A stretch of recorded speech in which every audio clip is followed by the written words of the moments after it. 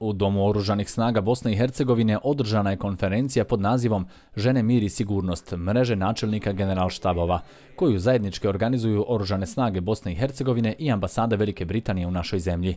Cilj konferencije je razmatranje stepena implementacije rezolucije 1325 Vijeća sigurnosti Ujedinjenih nacija, koja se odnosi na predstavljanje rodne ravnopravnosti, poboljšanja statusa i veću zastupljenost žena u institucijama i organizacijama odbrane i sigurnosti.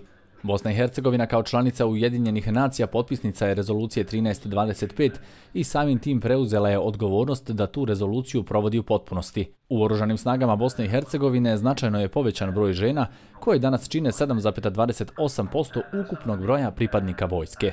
Ono što sigurno Bosna i Hercegovina, odnosno oružane snage Bosne i Hercegovine su uradili u proteklom vremenskom periodu jeste da su značajno povećale prisustvo žena u oružanim snagama Bosne i Hercegovine. Danas smo u situaciji da 7,28% ukupnog brojnog stanja oružanih snaga Bosne i Hercegovine čine žene. I one su zastupljene u kategoriji vojnika, kategoriji podoficira, kategoriji oficira, sa perspektivom da vjerovatno negdje u budućnosti neka od tih budućih mladih žena koje se nalaze u rangu oficira bude i u rangu generala.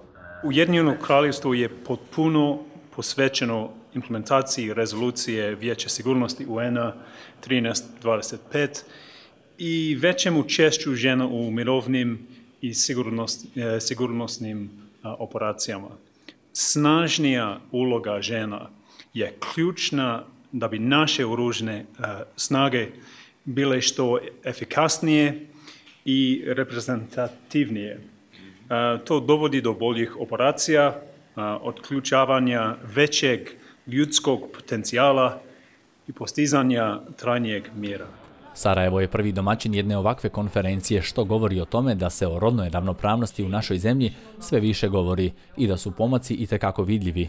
Na panelu koji je održan na samom početku konferencije, između ostalih, govorila je brigadna generalica Marti Visel, komandantica NATO štaba Sarajevo, koja je podijelila svoja iskustva iz vojne službe koju obavlja već 31 godinu.